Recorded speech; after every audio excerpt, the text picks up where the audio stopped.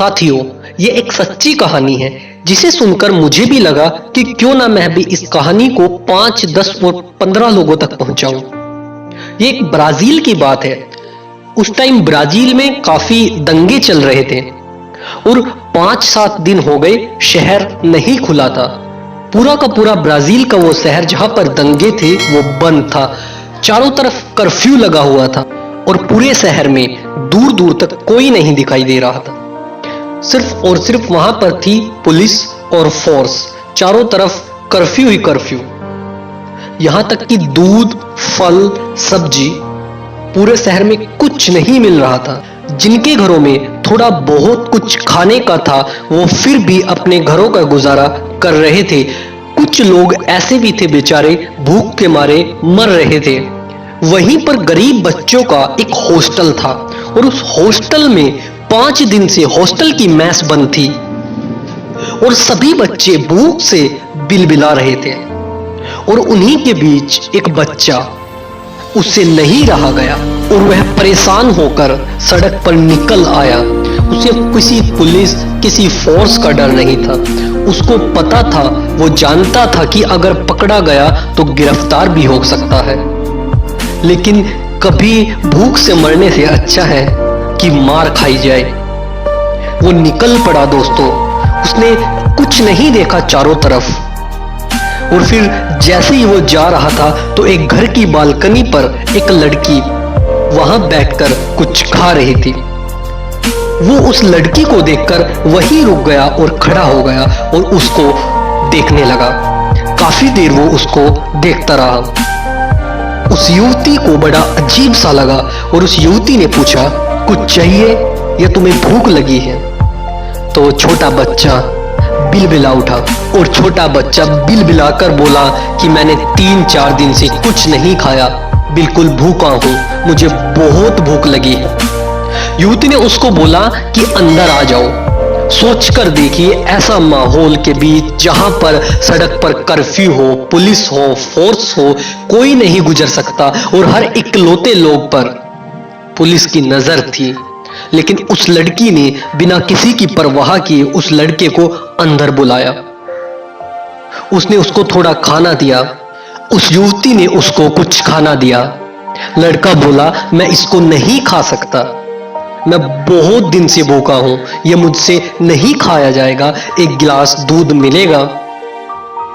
तो लड़की ने उसको एक गिलास दूध दिया और ब्रेड दिए। तब जाकर बच्चे की जान में जान आई और उसको बहुत सारा थैंक यू बोला और उस बच्चे के चेहरे पर एक मुस्कान थी, एक मुस्कान जिसने उसकी जिंदगी को बचा दिया। उसके बाद वह घर से निकल पड़ा और दरवाजे के बाहर जाकर वो फिर से देखने लगा। लड़की बोली, और खाना चाहिए? लड़के ने मना कर दिया और वहां से चला गया और ये बात यहीं पर समाप्त हो गई।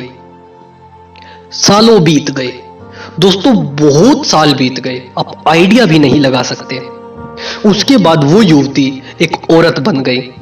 वो सड़क से जा रही थी तो अचानक उस युवती का एक्सीडेंट हुआ और एक्सीडेंट इतना खतरनाक कि उसके बचने के कोई चांसेस नहीं थे।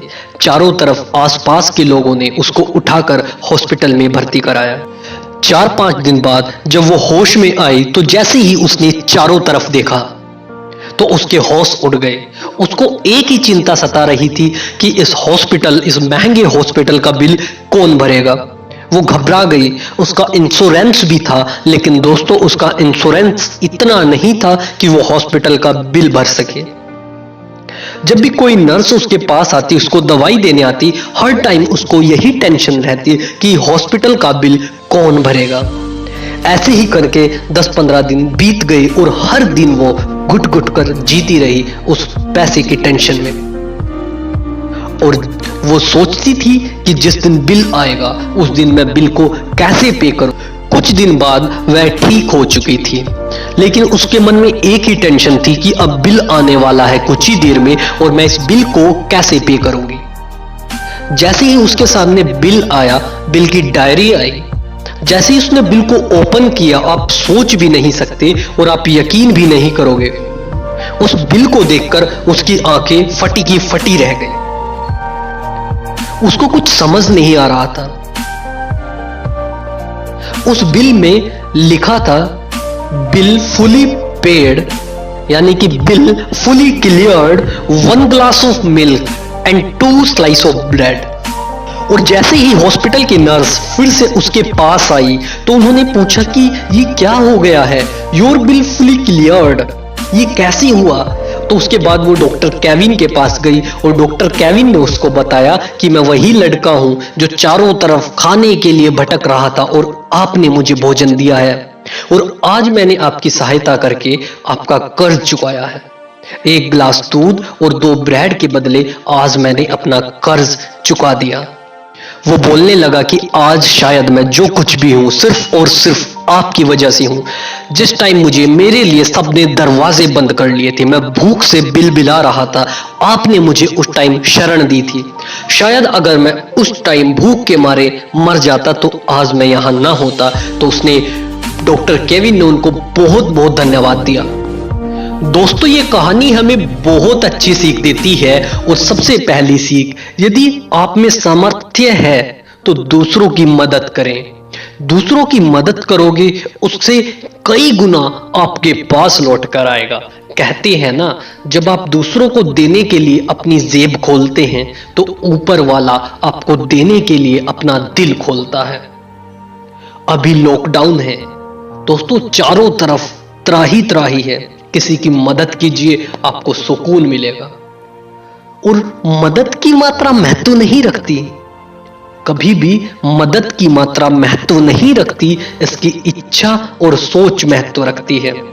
जिस दिन देने वाला हाथ बन गया ना, उस दिन ऊपर वाला आपकी जेब भर देगा। ऊपर वाला उसी की जेब भरता है जिसके जेब भरने से पूरी दुनिया का भला होता है। और दोस्तों, मेरे भाइयों, याद रखना, हमेशा मदद पैसे से नहीं होती। बहुत सारी ऐसी मदद होती है जो बिना पैसों के भी की जा सकती है। बस मन में इच्छा होनी चाहिए, हमारे अंदर इतनी शक्ति होनी चाहिए कि हम दूसरों की मदद कर सकें।